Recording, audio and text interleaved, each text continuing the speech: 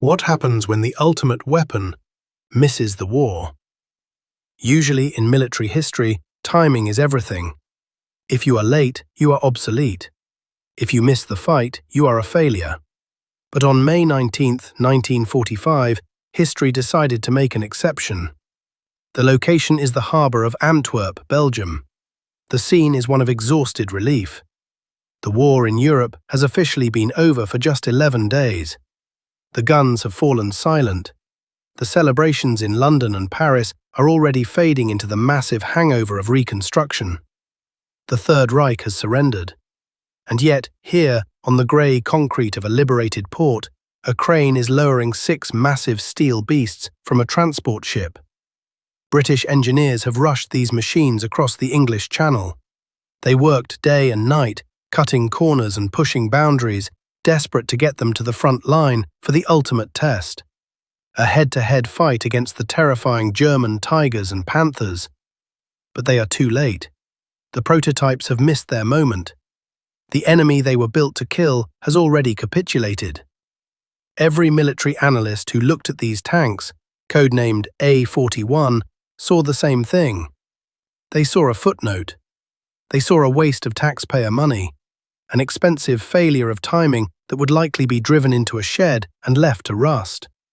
They were catastrophically wrong, because that tank, the one that arrived too late to fire a single shot in World War II, was the Centurion, and instead of gathering dust, it would go on to become the most influential armoured vehicle design of the entire 20th century. Its main gun would become the standard for the entire Western world for 30 years. Its design philosophy would rewrite the rulebook for what a tank should be for half a century. Nations that had never bought British equipment before would line up to purchase it. And believe it or not, heavily upgraded versions of that obsolete prototype are still in active military service today, 80 years later. This is the story of how arriving late turned out to be the best thing that ever happened to British tank design. The crucible of failure. To understand why the Centurion was such a revolution, we first have to understand the humiliation that birthed it. Rewind to North Africa and Normandy between 1942 and 1944. For British tank crews, the war was often a terrifying game of catch-up. They went into battle in machines like the Crusader, the Cromwell, and the Churchill. These were brave designs, and they were adequate against the older German panzers. But when the heavy German cats appeared, the Tiger and the Panther, the balance of power shifted overnight. British crews found themselves in machines that could neither penetrate the German frontal armour nor survive a hit from the German guns. The losses were punishing, often one-sided. If you were in a Cromwell and you saw a Tiger, your only real hope was that he didn't see you first. Something had to change, and it had to change fast. In September 1943, the War Office issued a new specification, Project A41. The requirements seemed contradictory. They wanted a tank that could withstand a direct hit from the feared German 88mm gun, the most lethal anti-tank weapon of the war. But they also wanted it to have the mobility of a cruiser tank. Now, up until this point, British doctrine had split tanks into 2 distinct tribes. You had infantry tanks, like the Churchill, slow, heavily armoured, designed to walk alongside foot soldiers and take a beating. And you had cruiser tanks, like the Cromwell, fast, agile, but with armour so thin they relied on speed to survive. The A41 was the first attempt to smash those 2 worlds together, to create a universal tank, what we today call the main battle tank. The man in charge was Sir Claude Gibb, head of the Department of Tank Design at Woolwich, and he made a decision that would define the next 50 years of armoured warfare. The original specification called for a weight limit of 40 tons. This was to ensure the tank could cross existing portable Bailey bridges. Gibb looked at the armour requirements, he looked at the gun, and he essentially said, no. He realised that sticking to an arbitrary weight limit meant compromising on protection. and having seen too many British tanks burning in Normandy because their armour was too thin, he refused to do it again. His team requested 45 tons. They told the War Office, "We can either give you a tank that fits your bridges or a tank that survives the enemy. Pick one." The War Office, to their credit, chose survival. That decision, to prioritise the crew's life over logistical convenience, was visionary. By April 1945, the first prototype rolled out of Woolwich Arsenal. The Centurion was a beast. Early versions had frontal armour nearly 150 mm thick, enough to shrug off most wartime anti-tank guns, and under the rear deck beat the heart of a fighter plane. The engine was the Rolls-Royce Meteor. If that name sounds familiar, it should. It was a derivative of the Rolls-Royce Merlin, the same V12 engine that powered the Spitfire and the Mustang. The engine that won the Battle of Britain was now driving Britain's new tank. It pumped out 650 horsepower, giving the tank a distinctive, throaty roar. Critics at the time pointed out that the Centurion wasn't a race car. Its top speed was about 35 kilometers per hour. The Soviet T-34 could do 55. But this was a deliberate choice. The British bet that in a real fight, being able to take a hit mattered more than being able to speed across a field. They sacrificed top speed for armour and reliability. But a tank is only as good as its gun, and the armament of the Centurion is a story of constant, ruthless evolution.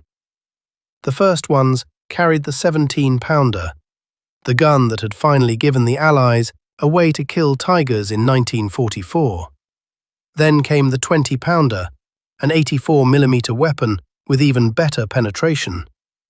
But the real revolution, the moment the Centurion went from good to legendary, happened in 1956.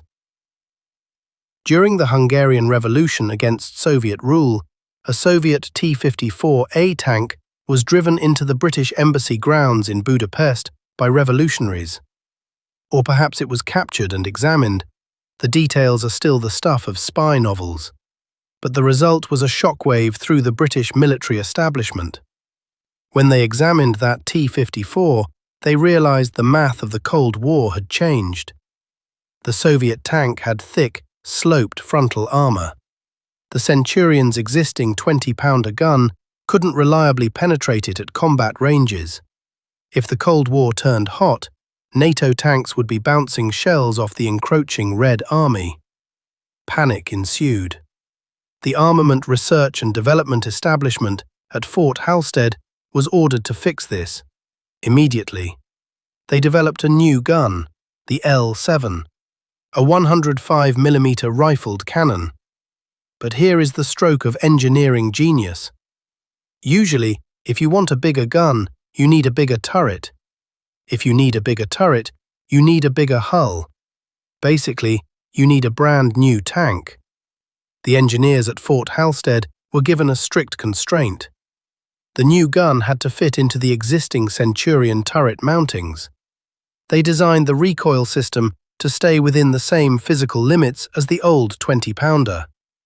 This meant that every Centurion already in service, hundreds of them, could be upgunned.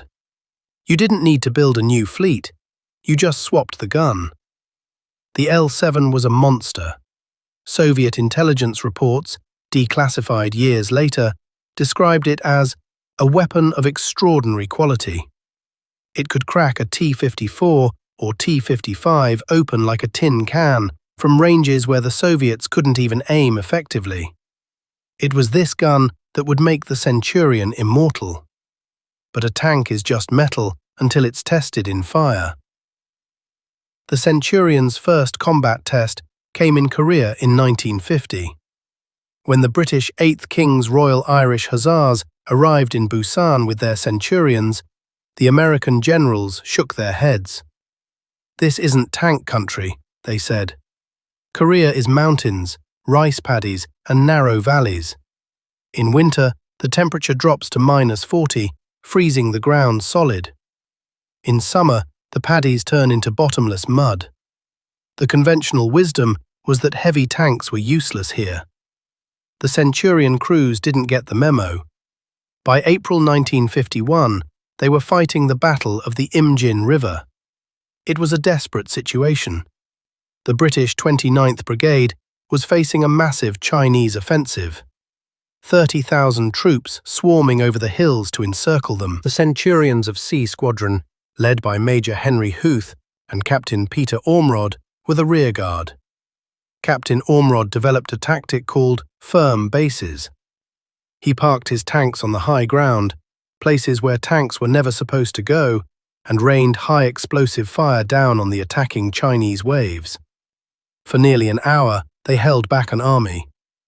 The infantry withdrew past the tanks. The Centurions covered them, firing until their barrels glowed, then reversing, finding a new position, and firing again. The regimental history is blunt. Without those tanks, the entire brigade would have been wiped out. General John O'Daniel, the American Corps commander, watched this unfold. He sent a report back to Washington that changed U.S. doctrine. He wrote, "In their Centurions, the 8th Hussars have taught us a new type of tank warfare. They taught us that anywhere a tank can go is tank country, even the tops of mountains." Fast forward to 1965, the Indo-Pakistani War. This would be a clash of titans and a test of old versus new. On one side, the Pakistani army was equipped with brand new American Patton tanks, M47s and M48s. These were sophisticated, fast machines with advanced rangefinders and computers. On paper, they were superior in every way. On the other side, the Indian Army fielded older Centurion Mark 7s. In September 1965, at the Battle of Asal Uttar, the Pakistani Pattons advanced, confident in their technology. But Brigadier Thomas Theogaraj of the Indian Army had a plan. He ordered the sugarcane fields flooded overnight. The heavy Pattons rolled forward and bogged down in the deep mud. They were stuck. The Indian Centurions were waiting in the tall cane, invisible. It was a turkey shoot. The Centurion crews knew their machines. They knew they couldn't outrun the Pattons, so they didn't try. They used the Centurion's stable gun platform and superior crew training to pick them off, one by one. By the end of the battle, nearly 100 Pakistani tanks were destroyed or captured. The place was renamed Patton Nagar, Patton City, a graveyard of American armor. It proved that a well-designed tank, even if older, could defeat a newer, more complex machine if the tactics were right. Then came Vietnam. In 1968, Australia deployed a squadron of Centurions to support their task force in Phuoc Tuy province. Again, the critics shouted, "You can't bring a 50-ton tank into the jungle, it's suicide." They predicted the tanks would be sitting ducks for Viet Cong RPG teams. They said they would sink in the mud. The reality? At the battles of Coral and Balmoral in May 1968, the Centurions were the difference between survival and annihilation. North Vietnamese regulars launched massive human wave attacks against the Australian firebases. They hit the tanks with RPG-2 rockets, but the Centurions' armour, that heavy, unfashionable steel, held. Reports show tanks taking multiple RPG hits and keeping on fighting. The infantry commanders, who had initially said they didn't want the tanks, changed their tune overnight. They refused to go into the jungle without them. The casualty reports tell the story best. In nearly 4 years of combat, out of 58 Centurions deployed by Australia, 42 were damaged in battle, but only 6 were total losses, and only 2 crewmen were killed in action. 2. In 4 years of jungle warfare. That is the definition of crew survival. But the ultimate test, the one that cemented the legend, was the Yom Kippur War in October 1973. The Golan Heights. Israel had bought hundreds of Centurions. They called them the Sho't, or whip. They had upgraded them with the deadly L7 gun and new diesel engines. On October 6th, Syria launched a surprise attack. 1,400 Syrian tanks, T-55s and T-62s, surged toward the Golan. Defending them were fewer than 180 Israeli tanks, mostly Centurions. In the northern sector, in a place that would become known as the Valley of Tears, the 7th Armoured Brigade faced odds of nearly 10 to 1. It was a nightmare scenario. The Syrians had infrared night vision equipment. The Israelis didn't. They were fighting blind, often at point-blank range, in the dark. This is where the design of the Centurion saved the nation of Israel. Two subtle factors mattered here. First, the gun depression. The Centurion's gun could dip down 10 degrees. The Soviet tanks could only dip 4 degrees. This meant an Israeli tank could sit behind a ridge, exposing only its turret, fire, and duck back down. The Syrian tanks had to expose their entire hull to fire back. Second, the L7 gun. It was accurate, lethal, and fast to reload. For 3 days and nights, the crews fought without sleep. Lieutenant Zvika Greengold, a name every tanker knows, fought a single-handed holding action. He jumped from one damaged tank to another as they were knocked out from under him. He is credited with destroying dozens of enemy tanks, stopping a breakthrough that could have lost the war. By the time the smoke cleared, the Valley of Tears was a graveyard of Syrian armour. Over 500 burnt-out hulls littered the plateau. The 7th Brigade had held. An Israeli commander later noted, "The Centurion was a great tank to fight in. We never felt we were underperforming against the Russian tanks." There is one story about the Centurion that sounds like a lie, but it is 100% documented fact. The atomic tank. In 1953, at Emu Field in Australia, the British government wanted to know what would happen to a tank if a nuclear bomb went off nearby. So, they took a Centurion, number 169041, and parked it just a few hundred yards from ground zero of a 9-kiloton nuclear blast. They left the engine running, they loaded it with ammo, and they detonated the bomb. The blast was ferocious. It pushed the 50-ton tank sideways by 5 feet. It ripped off the side skirts. It sandblasted the optics. 3 days later, crews in hazmat suits approached the tank. They expected a wreck. Instead, they found the engine had stopped only because it had run out of fuel. They refueled it, and they drove it away. But the story doesn't end there. That tank, heavily radioactive, was decontaminated. It was repaired, and it went back into service. It served for another 23 years. It actually went to Vietnam. It fought in the jungle. It took a hit from an RPG. It is the only tank in history to survive a nuclear explosion and then go on to fight in a war. You can see it today at an Australian army base, a testament to just how tough this machine really was. So what is the legacy of the Centurion? It was the tank that was late, but because it was late, it was perfect. It didn't have to be rushed into battle in 1944 with flaws. The engineers had time to get it right. They built a chassis that was robust enough to take upgrades for decades. And the world noticed. Over 20 nations bought it. Sweden, Switzerland, the Netherlands, Denmark. The L7 gun became the standard for NATO. The Americans liked it so much, they licensed it and put it on their Patton tanks and the early Abrams. The Germans put it on the Leopard. Even South Africa took the Centurion to its logical extreme.